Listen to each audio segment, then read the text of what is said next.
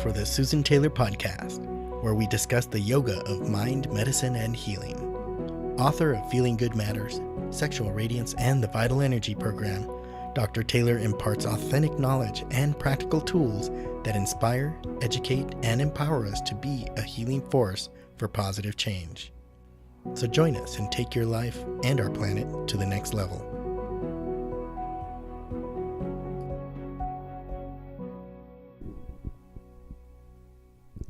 Hello and welcome to Podcast 47, Nourishing a Resilient Thyroid.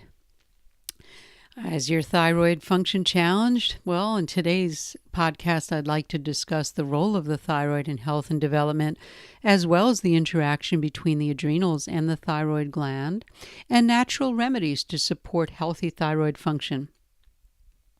So let's begin. The thyroid gland is one of the most important glands in the body with a far-reaching influence. In fact, it's one of the endocrine hormone-producing organs, and it basically controls the rate at which our body's various organs and systems function. It also has an effect on immunity, energy levels, circulation, even sugar regulation, and it's the overall controller of our really growth and development, as well as metabolism throughout the whole body. So our metabolism and our metabolic rate is really determined by the thyroid as one of the chief controllers of that. So it does also play an important part in our mood. More than 20 million Americans actually suffer from thyroid disease, and 60% of these people are totally unaware of it. That's been reported by the National Institute of Health and the Library of Medicine. So thyroid diseases especially, we find that it's a threat for women and older adults. The name thyroid comes from a Greek origin, and it has its origin meaning a door-shaped battle shield, which has a notch for the chin, and that's the word thyra, and that means door. So the thyroid looks like a door-shaped battle shield, and that's where they got the name, which was very interesting when I did the research on this. The thyroid cartilage is such a shape that it actually forms the Adam's apple, which is the prominence on the front of the neck. And the thyroid gland is that butterfly-shaped gland, and it has two lobes, and they lie against the lower half of the thyroid cartilage. And these two lobes are united by what they call the isthmus of tissue, and that's the connection of that tissue in that area. Essentially, the thyroid gland makes the thyroid hormone thyroxine and triiodothyronine, and that's especially referred to T4 and T3 respectively. And another hormone is called calcitonin, and that has an effect on calcium metabolism. 90% of the body's iodine is contained in the thyroid gland in an organic form, and this iodine is needed in order to manufacture thyroid hormones. And keep this in mind, iodine is a halogen, and what we call that in chemistry, and this compound gets displaced quite easily when we have fluoride in our water, and as well as, if we're doing things with chlorine, because these are all what we call halogens. And they actually can displace the fluoride very quickly. And there's been some association between consuming a lot of fluoridation in our toothpaste and our water that causes a deactivation of the thyroid itself. The thyroid hormone, the hormones are the mediators of many, many chemical reactions, as I mentioned, or things that happen, but more chemical reactions in the body. And this is what we mean when we talk about metabolism. Basically, the thyroid, through the action of its hormones, it actually regulates this rate in all the body functions. There is a feedback loop involved. In fact, the thyroid hormones function via a feedback loop, and it's the hypothalamus, which is a collection of specialized cells within the brain, and that's affected by the circulating levels of thyroid hormones. And if the level's lower than it should be, then it pumps out a hormone that controls the pituitary gland at the base of the brain. And this responds by producing thyroid-stimulating hormone, and TSH. So for those that have had their thyroids tested, that's one of the tests that they do. What's the TSH? And that causes the thyroid to produce more thyroxine until it reaches adequate levels. Once those levels are attained or reached, then the negative feedback ceases further production. So tapping into this feedback loop is the way in which we can biochemically test for over or under activity of this gland. And essentially we find out if there's too much or too little. Let me just go a little sidetrack here. I found out some work which is pretty interesting, how tadpoles turn into frogs. And, we move away from human physiology, and now we talk about our garden pond and the population of frogs. And, these little tadpoles that wiggle around, these little jelly, they look like little balls of jelly. And you wonder when you watch them how they start transforming into frogs. And if you got to really witness that metamorphosis of it going into its different life stages, it's quite profound, that change. And it's equipped from the egg. It's equipped by nature actually to live its life in the water. And it's a water dweller with gills. But as it develops, it actually grows limbs, lungs, and it emerges from the water as an adult frog. And it becomes an air-breathing carnivore. Actually, frogs are amphibians, and the whole class to which they belong exhibit this kind of metamorphosis that takes place.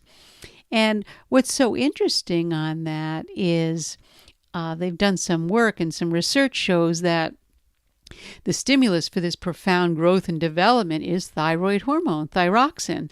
And this was proved in research by suppressing thyroid function in the tadpole, which caused them to remain permanently in that larval stage. Although it will continue to grow abnormally large in that stage, it won't expand and grow the way it does into full development.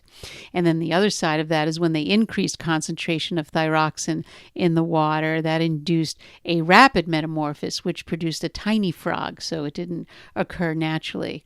I just find this a useful model when we're thinking about thyroid disorders, because the implication is just so great. Thyroid disease can cause a wide variety of symptoms, including fatigue, moodiness, muscle, and joint pain. And many of you out there listening might have had that experience, so this is not new to you. Weight gain or weight loss, vision problems, poor work performance, changes in body temperature, and even changes in appetite. And a thyroid disorder can show up in many different forms because the thyroid gland, is considered the master gland, and it secretes the hormones that impact almost every bodily function. And as I mentioned, body temperature, heart rate, production of protein even, and helps, again, metabolic rate and energy levels. How are thyroid disorders caused? And they're believed to be 4 main contributing causes of thyroid disease, which may be the reason you feel like you're always tired. And one is hormonal balances caused by stress and diet, and also going through changes of life, food intolerance to things like gluten and dairy, which leads to inflammation and cytokine production. We also have radiation and toxicity exposure, as well as nutrient deficiencies in iodine or selenium. And, our commentary that I will do on this for our YouTube videos, I'll talk about, there's also, people really don't look at what is the psychological implication also, what happens, what is the mind doing that may also be contributing, because remember, mind and body are one.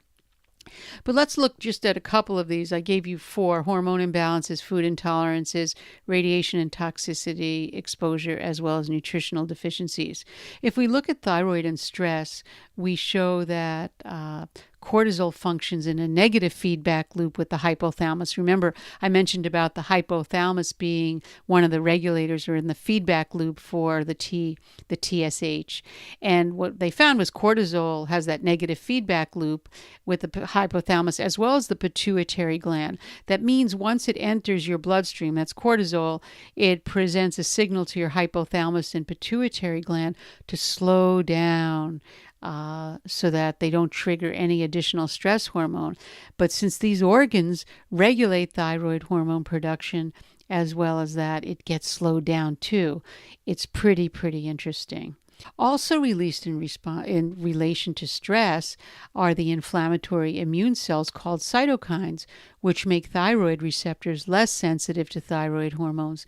And this means that even if you're taking thyroid medication and your thyroid hormone levels are normal, you could still be suffering from an underactive thyroid or underactive thyroid symptoms. One side effect of prolonged cortisol elevation is that it can cause excess estrogen to accumulate. Isn't that interesting? And this extra estrogen increases levels of thyroid binding globulin, which is the protein that allows your thyroid hormones to travel through your bloodstream. So when thyroid hormones are attached to this TBG, this thyroid binding globulin, they remain inactive.